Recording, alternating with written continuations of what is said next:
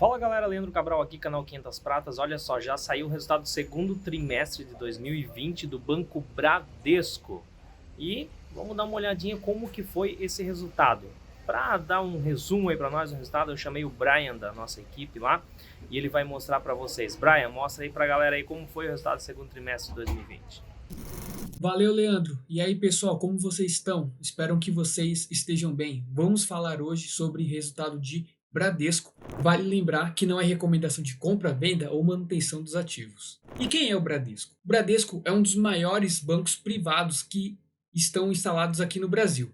Ele tem tanto o segmento bancário quanto o segmento de seguros, previdência, complementar e capitalização. Também ele tem participação em algumas empresas, como você pode ver aqui na parte de baixo: Cielo, Fleury, IRB e Odontoprev.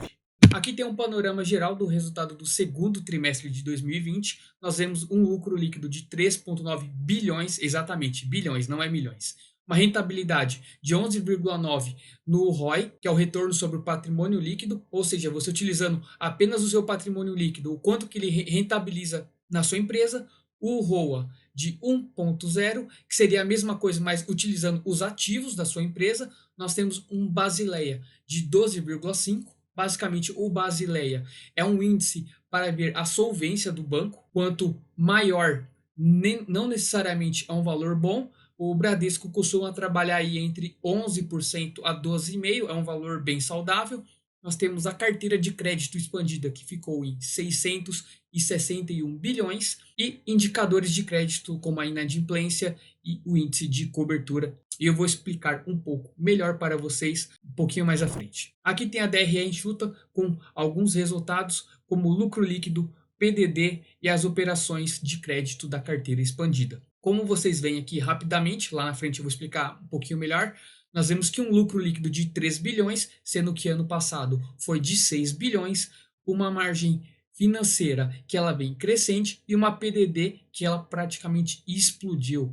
Comparando com 2019, ela quase triplicou de tamanho. Aqui tem alguns índices, que é eficiência operacional e o PDD. O índice de eficiência operacional mostra o quanto a empresa consegue ser eficiente, nesse caso, quanto menor, melhor. Então aqui nós vemos o trimestral, o acumulado e o ajustado ao risco. O ajustado ao risco tem as provisões como PDD, por isso que acabou aumentando, e nós temos também o trimestral, que ele vem no valor baixo, mostrando que o banco está sendo mais competitivo, está conseguindo cortar custos. Isso é bem positivo. Aqui nós temos o PDD, que saiu de 3,4 bilhões lá em 2019, segundo trimestre, e agora no segundo trimestre de 2020, um valor de 8,8 bilhões. Mas será que esse valor de fato é ruim? Isso é a pergunta que eu deixo para vocês. Uma coisa que é importante lembrar é que a PDD, caso não seja utilizada, ela pode ser revertida e isso pode se tornar lucro para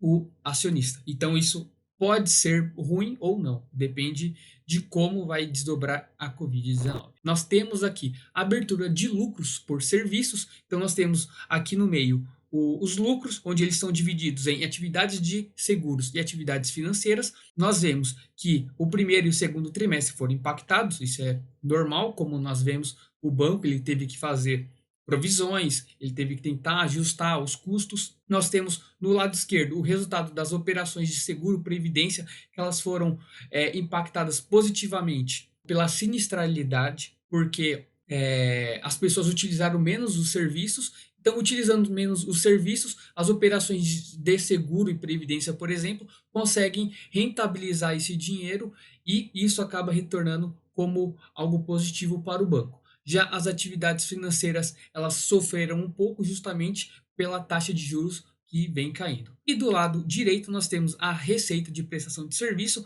que ela caiu um pouco por causa que o banco ele tem que se adequar às novas realidades, até porque temos as fintechs aí prestando serviço com custos bem reduzidos. Aqui nós temos a carteira expandida do banco. A carteira expandida é a carteira de crédito, em qual ela empresta dinheiro para pessoa jurídica e pessoa física. Nós vemos uma evolução tanto na pessoa jurídica quanto na pessoa física. Isso acaba sendo positivo, porque quanto mais dinheiro os bancos emprestam, mais eles conseguem rentabilizar, conseguem agregar mais para o acionista daquele banco. Então, para a pessoa que é sócia, é positivo ver essa carteira crescendo, desde que o banco consiga ajustar ao risco. Aqui nós temos a inadimplência e a cobertura. Nós vemos que o índice de inadimplência acima de 90 dias, quando nós pegamos aí no total, ele chegou em 3,0. Isso se deve ao banco ele ter postergado o pagamento de tanto de pessoas físicas,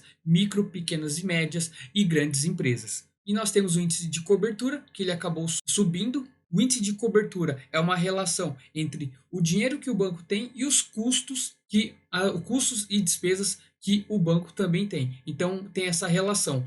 Nesse caso do índice de cobertura, quanto maior, melhor, pois significa que o banco ele tem uma quantidade de dinheiro que é suficiente para cobrir suas despesas. Aqui nós temos a DRE completa, eu vou explicar basicamente para vocês.